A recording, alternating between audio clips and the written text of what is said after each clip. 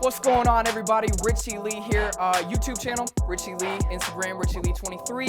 Best dressed YouTuber? I mean, that'd be crazy. Please vote for me. It would be an honor to win this award. Icons right here. So how I got into streetwear and fashion, when I was young, I used to listen to obviously like a ton of rap. I used to always try to rock the jerseys. I had like 3 XL jerseys and I was like, I mean, I was the same size actually. Just music was a huge influence in my fashion. It kind of reminds me when I was young and I was school shopping, my mom would give me like $100. She, would tell me to get some jeans, get some few tees and whatnot. But Cameron, he used to rock the Sean John velour suit. And, she would drop me off at the mall. I just came back with one nice baby blue velour suit. When it comes to just doing what I do, I know how much it means to a lot of young kids right now, especially in school.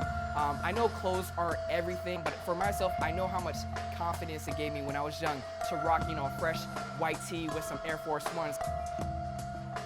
Alright guys, so before I go, I just want to say thank you for supporting me through this whole journey of YouTube. Please click this icon right here. It'll be a great honor to win this award. It'll show people you don't gotta break the bank to be fly.